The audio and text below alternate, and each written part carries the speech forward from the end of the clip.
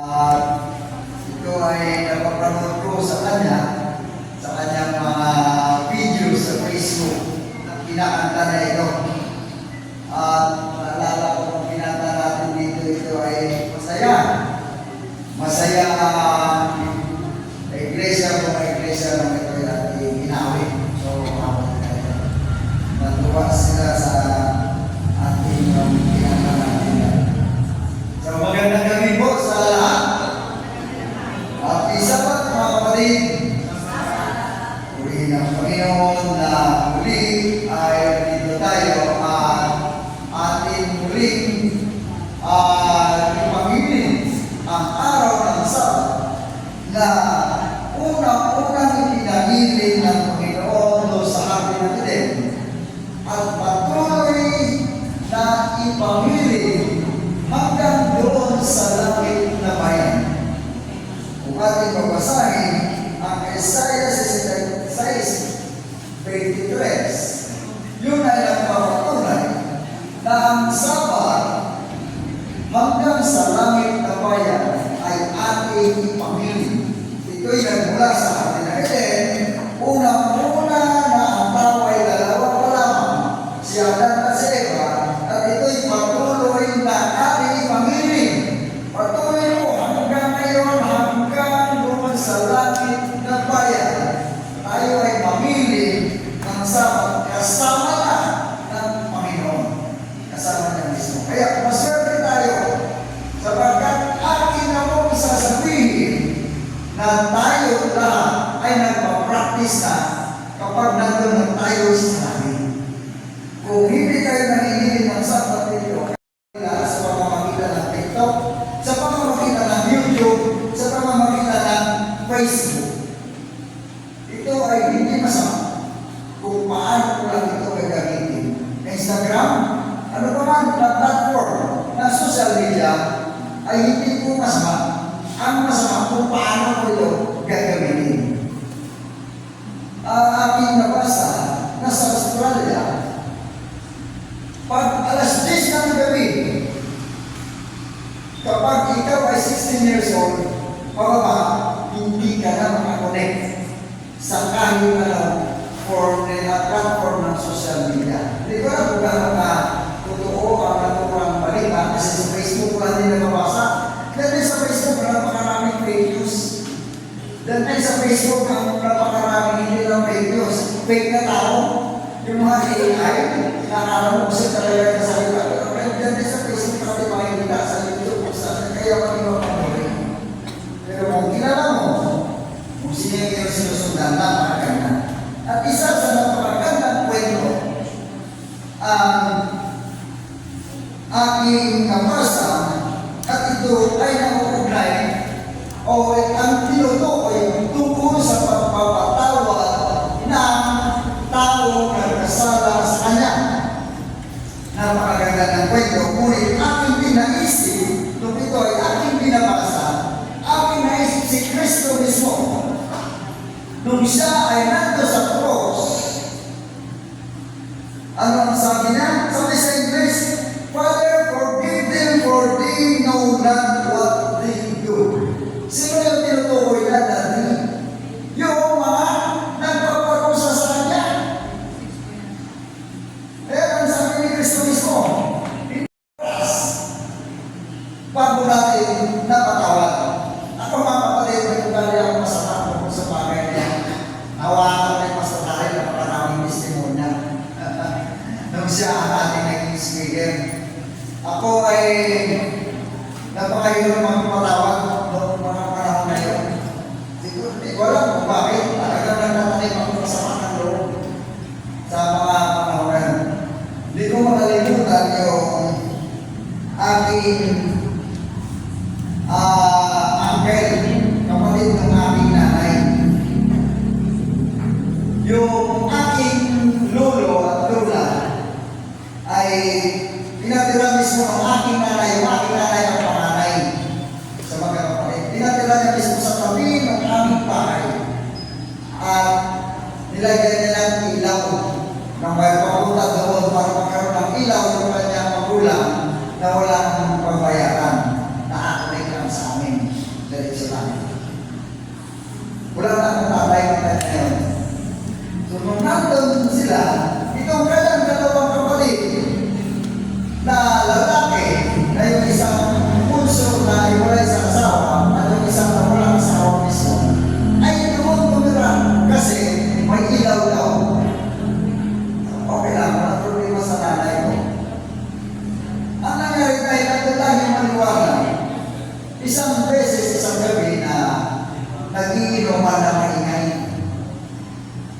Inuman sila doon kasi mahiraw hanggang gabi sila inuman. Maingay. Sinabay sila ng aking nanay na kami matutulog na. Baka pwede matulog na rin kayo o matulungin ninyo kami. Ngunit dahil nga mga nakainom na lasing, iba ang dating. Nagalit. At kitang-kita ko, sabi ng mga pinag-uwisan, ito bang ilaw na ito pinagpapalayo? Tingnan ka, nakita ang ilaw. Kitang-kita ko yun. Ang galing ko sa akin ko, matindi. Pinatawag na lang. Ano sabi niya? Patawarin mo sila kasi hindi nila alam ang ginagawa nila. Present tense, ang ginagawa. Hindi yung ginawa nila. Kasi yung ginawa, ito past tense. Na yung ginawa nila, nakalimutan ko na yan, patawarin mo na sila. Pero ito hindi. Yung ginagawa mismo doon, pinatawag na lang. Kung ako sabi ko, ganun pala, lahat pala ako kasama. Noong panahon na yun, na hindi ko mapatawag nagtatanim talaga ako ng galit. Napakasama ko pala mga kapatid na mayroon ako ganun pag-uugali. Ngayon alam mo na na masama, pakitiwan pa ba doon? Ngayon alam ko na si Kristo ang kailangan ang magpapatawag. Ngayon doon mismo, kailangan ginawa, habang ginagawa, patawarin mo na. Ipinadalangin yan doon sa Ama. Ganun ko sa dalangin doon sa Ama.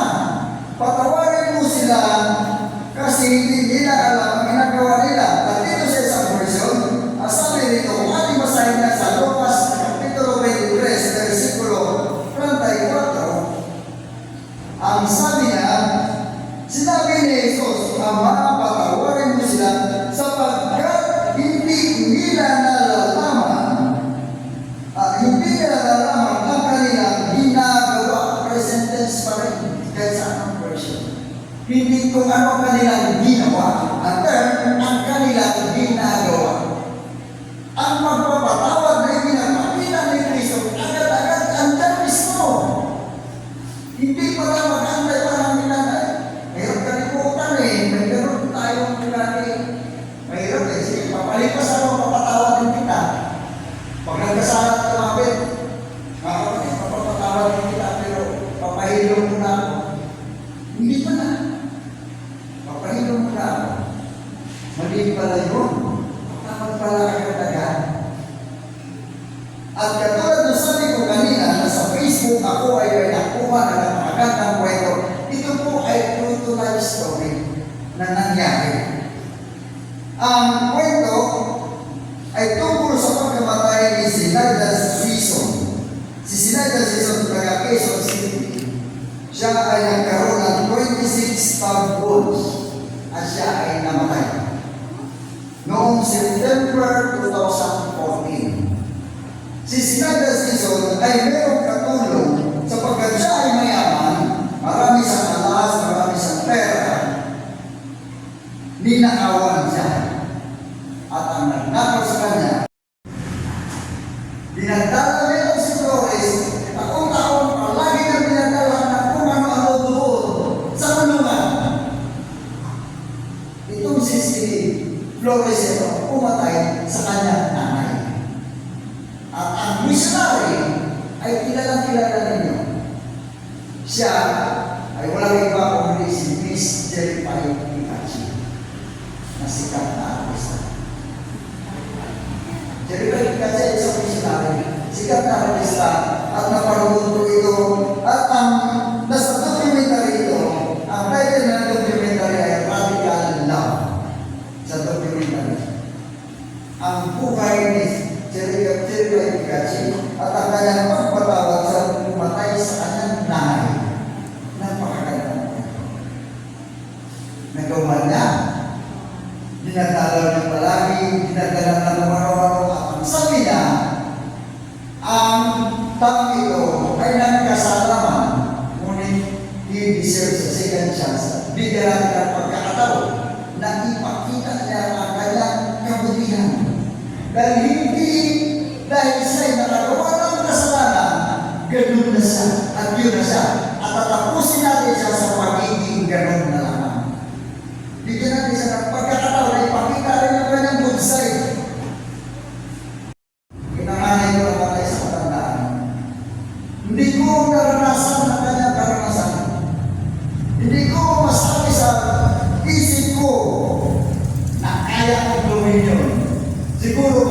na, alam ko na ito, kaya ko nang gawin.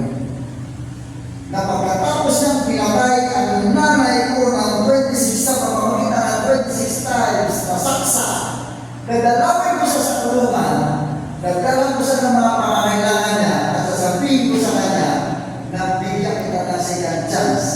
Sa ngayon, panahon, matapos kong makita ang ginawa ni Kristo, na ang pagpatawad mismo ay ginawa na ang ginagawa yung kasalanan na yun, hindi ko na pala kailangan gawin ang magtanim ng galit. Napakasama pala na ikaw ay magtanim ng galit. Si Kristo doon mismo pinatawag. Siyempre, kasi hindi ko alam ko kailan na si napapakatawad at ito'y kanyang panalangin. Hindi ibig sabihin na hindi niya palabasin. Justice na, judge na, muskado na ang magpapalabas kasi ang kanyang kaso ay Bika versus people of the Philippines. Yan ang mga sa inyo. Kapag ikaw na nagawa ng kasalanan, ang kaso ay hindi versus doon sa pamilya, hindi versus doon sa iyo ginawa ng mali, hindi versus people of the Philippines. Kapag people of the Philippines na, ang iyong kalayaan nakasalalay na doon sa muskado, doon sa mga ebidensya. Kahit pa sabihin ng pamilya na kailangan na sa palaya ay i-withdraw ng pamilya ang kaso dahil ito ay krimen at people of the Philippines sa muskado na. Meron din tayong mga makapunta doon at hindi lamang ang pagpapatawad at pinakita ni Jerry sila ang ibigay sa kanya, kung hindi yung ating dalang katotohanan ang ating dadalhin sa kanya. Sa mga kapatid, dito sa nalalaking panahon, katulad na sabi ni Jeremy, nagmamadali na, mabilis na, kung kailan lang sa mundo. Bukas sa mundo na ulit. Ang bilis. Sabi nga kay Providi, nagmamadali na ang Panginoon. Mga kapatid, magandang gabi po sa ating